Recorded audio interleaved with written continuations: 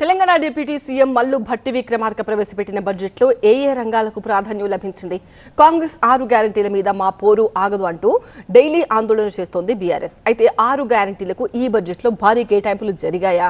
ఇక వ్యవసాయానికి మంచి సాయమే అందించారు, విద్యకు భారీ చేయూత అందించారు. సీఎం రేవంత్ రెడ్డి ప్రతిష్టాత్మకంగా తీసుకున్న మూసీ పునరుజ్జీవ ప్రాజెక్ట్, ఫ్యూచర్ సిటీలకు ఎంతెంత నిధులు కేటాయించారు? డిప్యూటీ సీఎం భట్టి విక్రమార్క అసెంబ్లీలో బడ్జెట్ ప్రవేశపెడితే శాసన మండలిలో మంత్రి ఉత్తమ్ కుమార్ రెడ్డి బడ్జెట్ ప్రవేశపెట్టారు. తెలంగాణ బడ్జెట్ హైలైట్స్ చూద్దాం. 2026-27 ఆర్థిక సంవత్సరానికి మొత్తం వ్యయం 3,24,234 కోట్ల రెవెన్యూ. తెలంగాణ ప్రభుత్వం బడ్జెట్ 2026-27ని అసెంబ్లీలో ప్రవేశపెట్టింది. అసెంబ్లీలో డిప్యూటీ సీఎం మంత్రి భట్టి విక్రమార్క బడ్జెట్ ప్రసంగాన్ని ప్రారంభిస్తూ ప్రతి పౌరుడికి సామాజిక, ఆర్థిక న్యాయం అందించడమే తమ లక్ష్యమని పేర్కొన్నారు. 3,24,234 కోట్లతో రాష్ట్ర బడ్జెట్ను ప్రవేశపెట్టారు. రెవెన్యూ వ్యయం 2,34,406 కోట్లు కాగా మూలధన వ్యయం 47,267 కోట్లు.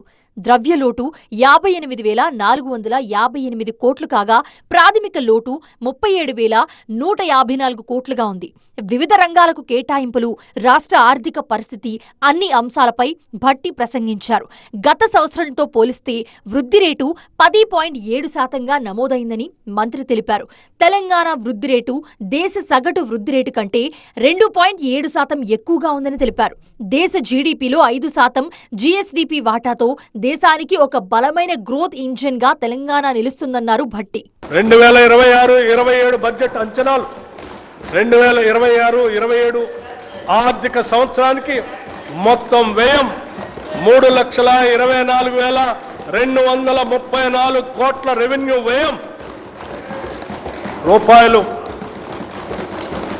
2,34,406 కోట్లు. మూలధన వ్యయం 47,267 కోట్లుగా ప్రతిపాదిస్తున్నాను. అసెంబ్లీకి బయలుదేరే ముందు ప్రజాభవన్లో ఉన్న నల్లపోచమ్మ ఆలయంలో బడ్జెట్ ప్రతులను అమ్మవారి ముందుంచి భట్టి విక్రమార్క ప్రత్యేక పూజలు చేశారు. రాష్ట్ర ప్రభుత్వానికి సమృద్ధిగా ఆదాయం రావాలని, సంక్షేమ పథకాలు మరింత విస్తృతంగా ప్రజలకు చేరాలని కోరుకున్నారు. తెలంగాణ బడ్జెట్లో 6 గ్యారంటీలకు అత్యధికంగా 50,713 కోట్లు కేటాయించారు. వ్యవసాయ రంగానికి 23,179 కోట్లు, విద్యుత్ రంగానికి 21,285 కోట్లు, విద్యాశాఖకు 26,674 కోట్లు కేటాయించారు. వైద్యారోగ్య శాఖకు 13,679 కోట్లు కేటాయించారు. ఇరిగేషన్ శాఖకు 22,615 కోట్లు, మున్సిపల్ శాఖకు 17,907 కోట్లు, గృహ నిర్మాణానికి 7,430 కోట్లు, పంచాయతీరాజ్కు 33,688 కోట్లు, R&Bకి 12,789 కోట్లు కేటాయించారు. ఇక వచ్చే ఏడాది జరగబోయే గోదావరి పుష్కరాలకు 500 కోట్ల రూపాయలు కేటాయించారు. రాష్ట్రంలోని 1,15,00,000 కుటుంబాలకు మేలు చేసేలా కొత్తగా ఇందిరమ్మ కుటుంబ జీవిత బీమా పథకాన్ని జూన్ 2 నుంచి తీసుకురాబోతున్నట్టు ప్రభుత్వం ప్రకటించింది. పేద, ధనిక అనే తేడా లేకుండా ప్రతి కుటుంబానికి 5 లక్షల బీమా వర్తించేలా ఈ పథకం ఉంటుందన్నారు మల్లు భట్టి విక్రమార్క. కానీ విని ఎరుగని ఒక మహత్తర జీవిత బీమా పథకానికి ఈ బడ్జెట్లో శ్రీకారం చుడుతున్నాం. సామాజిక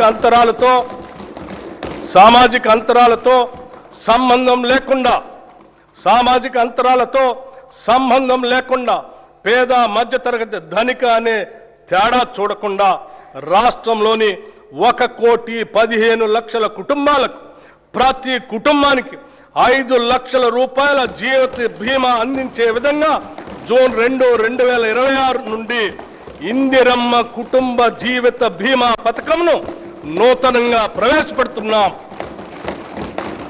చేయూత పెన్షన్లకు 14,861 కోట్లు కేటాయించారు.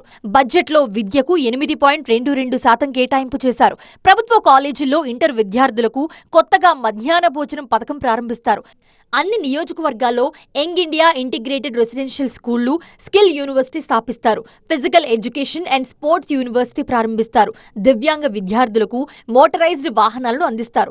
ప్రస్తుతం $200 బిలియన్ ఉన్న రాష్ట్ర ఆర్థిక వ్యవస్థను 2030 నాటికి 1 ట్రిలియన్ ఆర్థిక వ్యవస్థగా తీర్చిదిద్దుతామని, 2047 నాటికి $3 ట్రిలియన్ ఆర్థిక వ్యవస్థగా తీర్చిదిద్దడమే లక్ష్యమన్నారు భట్టి.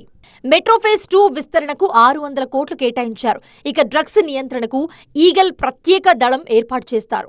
కొత్త పెన్షన్ల కోసం ఎదురుచూస్తున్న వారికి ప్రభుత్వం గుడ్ న్యూస్ చెప్పింది. చేయూత పథకంలో భాగంగా కొత్తగా 2 లక్షల మందికి పెన్షన్లు ఇవ్వబోతున్నట్టు భట్టి విక్రమార్క తెలిపారు. చేయూత పథకానికి అర్హులైన వారికి 2 లక్షల నూతన పెన్షన్లు ఇవ్వటానికి మంజూరు చేస్తున్నాము. చేయూత పథకానికి అర్హులైన వారికి 2 లక్షల నూతన పెన్షన్లు మంజూరు చేస్తున్నాము. ఇక వచ్చే ఆర్థిక సంవత్సరంలో ప్రీ ప్రైమరీ నుంచి ఇంటర్మీడియట్ వరకు చదివే విద్యార్థులకు బ్రేక్ఫాస్ట్ అందించే పథకాన్ని ప్రారంభించబోతున్నామని ప్రభుత్వం ప్రకటించింది. విద్యార్థులకి బ్రేక్ఫాస్ట్ పథకం 2026-27 విద్యా సంవత్సరం నుంచి ప్రీ ప్రైమరీ నుండి ఇంటర్మీడియట్ వరకు చదువుతున్న విద్యార్థులకు నాణ్యమైన పోషకాలతో రాష్ట్రంలో నూతనంగా బ్రేక్ఫాస్ట్ పథకాన్ని ప్రారంభించేందుకు ప్రభుత్వం నిర్ణయించింది. ప్రభుత్వ ఉద్యోగులకు శుభవార్త చెప్పారు భట్టి. వాళ్లకు నగదు రహిత వైద్యం అందించనున్నట్లుగా వెల్లడించారు. ప్రతి ఉద్యోగికి డిజిటల్ హెల్త్ కార్డులు ఇస్తామన్నారు. ప్రభుత్వ ఆసుపత్రులతో పాటు 421 ఎంపానల్డ్ ప్రైవేట్ ఆసుపత్రుల్లో ఈ పథకం అమలు చేయనున్నట్లుగా తెలిపారు. రాజీవ్ ఆరోగ్యశ్రీ ట్రస్ట్ ద్వారా అమలు కానున్న ఈ పథకం ద్వారా 23.51 లక్షల మంది ఉద్యోగులు పెన్షనర్లకు ప్రయోజనం కలుగుతుందని, ఈ పథకం కింద మొత్తం 1998 వ్యాధులకు నగదు రహిత చికిత్స అందిస్తామని ఆయన తెలిపారు. ఇక తెలంగాణలో తలసరి ఆదాయం 4,18,931 రూపాయలు అని ప్రకటించారు ఆర్థిక మంత్రి. ఇది దేశ తలసరి ఆదాయం కంటే ఎక్కువ అని తెలిపారు. రాష్ట్ర తలసరి ఆదాయం 4,18,931 రూపాయలు కాగా వృద్ధి రేటు 10.2%. దేశ తలసరి ఆదాయం 2,19,575 రూపాయలు కాగా వృద్ధి రేటు కేవలం 6.9%. దేశ తలసరి ఆదాయంతో పోలిస్తే తెలంగాణ తలసరి ఆదాయం 1,99,356 రూపాయలు ఎక్కువ. సీఎం రేవంత్ రెడ్డి ప్రతిష్టాత్మకంగా చేపడుతున్న మూసీ రివర్ ఫ్రంట్ డెవలప్మెంట్ కు 1,500 కోట్లు కేటాయించారు. ఇక అంతర్జాతీయ ప్రమాణాలకు అనుగుణంగా ఫ్యూచర్ సిటీ నిర్మాణం జరుగుతుందని తెలిపారు భట్టి. ఫ్యూచర్ సిటీలోనే స్కిల్ యూనివర్సిటీని ఏర్పాటు చేస్తామన్నారు. రేడియల్ రోడ్ల నిర్మాణం, ఫ్యూచర్ సిటీని నేరుగా ఆంధ్రప్రదేశ్లోని మచిలీపట్నం పోర్టుకి అనుసంధానించే గ్రీన్ఫీల్డ్ జాతీయ రహదారి, భూగర్భ విద్యుత్ వ్యవస్థ, పర్యావరణ అనుకూల స్మార్ట్ గ్రిడ్లతో ఈ నగరం సుస్థిర అభివృద్ధికి నిదర్శనంగా నిలుస్తుంది. అంతర్జాతీయ ప్రమాణాలకు అనుగుణంగా నైపుణ్యం కలిగిన శ్రామిక శక్తిని తయారు చేయడం కోసం ఇక్కడ స్కిల్ యూనివర్సిటీని ఏర్పాటు చేశాం. ఈ ఫ్యూచర్ సిటీ నిర్మాణం పూర్తి చేసుకుంటే ఈ నగరం అంతర్జాతీయ నగరాల సరసన నిలిచి అంతర్జాతీయ పర్యాటక కేంద్రంగా మారుతుంది. అసెంబ్లీ బయట బడ్జెట్ ప్రతులను చించేసి బీఆర్ఎస్ సభ్యులు నిరసన తెలిపారు. బడ్జెట్ అంతా మోసం అంటూ నినాదాలు చేశారు.